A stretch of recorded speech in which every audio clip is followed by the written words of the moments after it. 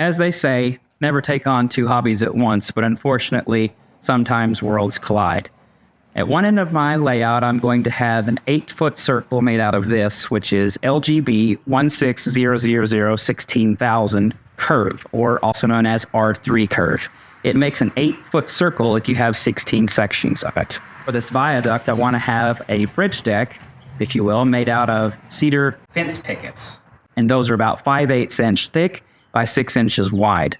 As soon as you introduce math to anything, I freeze up. So I decided to just get out into the garage and get hands-on, trying to figure out what all of this might be. Ultimately, the light bulb finally went on when I made a call to my dad. You have 180 degrees divided by 8 pieces. Each piece has 2 angles, so you have 16 cuts, 16 angles. So divided by 16, it has to be that. It works out very easily because LGB have given us half of the math that we need in order to make this work. So we know that 8 sections of 16,000 track make a semicircle, and that's an 8-foot circle, of course.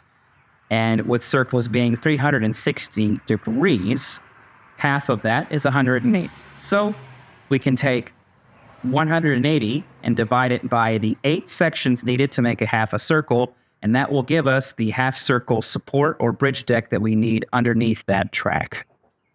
Now, that math works out to roughly 11.5 or 11.25 degrees. The last measurement needed is the length of the track, more or less from the top of the rail or the outer rail to either end.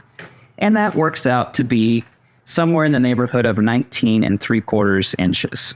Now you can see the results of just 3 pieces so far, but you can get the idea of what I was trying to accomplish. I want the circle of the track to ride more or less in the middle of the circle that is made out of those segments of wood. You can see that by cutting one of those pieces in half, I'm able to offset the joint of the track and the wood pieces so that those 2 points of weakness are not sitting right on top of one another. This idea, of course, from my math whiz of a dad who helped me out of that 8th grade math jam that I talked about a little bit earlier in the video.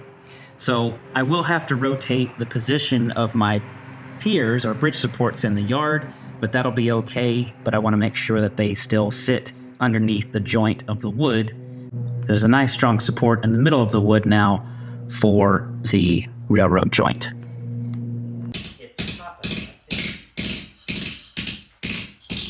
The last step would be to attach the segments of the fence pickets together to make the viaduct deck.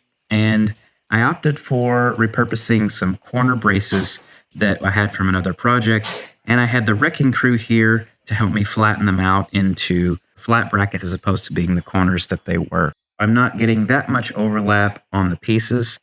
I think this will be an okay solution for now, but I had a lot of fun flattening out these brackets with the boys. They got to use hammers. They love using hammers. So what better way to get that energy out using it constructively, flattening out these brackets as opposed to smashing something in the house, right? Smart parenting.